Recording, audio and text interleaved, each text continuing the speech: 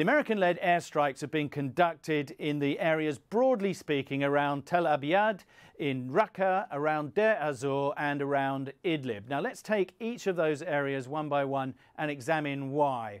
Well, first, Tel Abyad. Now, this has been a number of airstrikes, probably the concentration in an arc going southeast from that location, and that is because this is where the Kurds have been under extreme pressure. These are Syrian Kurds under pressure from Islamic State. Over the last 2 days, some 138,000 refugees have fled into southern Turkey, causing a degree of instability there.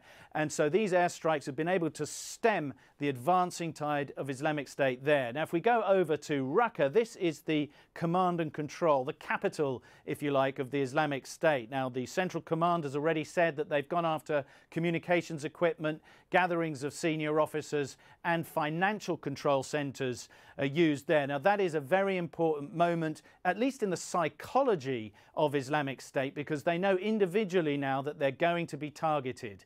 Deir ez-Zor is vital for two reasons. The first is that it is the centre of the oil industry that is now largely in the hands. Some 60% of Syrian oil is now being exported illegally by Islamic State, earning between $1 million and $3 million a day.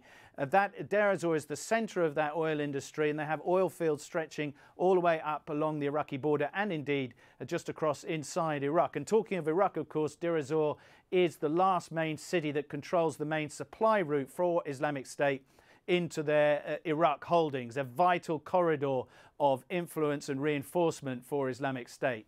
But Idlib is a fascinating one because this is where al-Nusra Front is reported to have suffered airstrikes. In all probability, though, it's not really al-Nusra Front, which is an al-Qaeda franchise, but a group within it known as the Khorasan Group, led by a guy called Mehdi al-Fadli. He is a former resident of Tehran. He's got a $7 million price on his head from the FBI.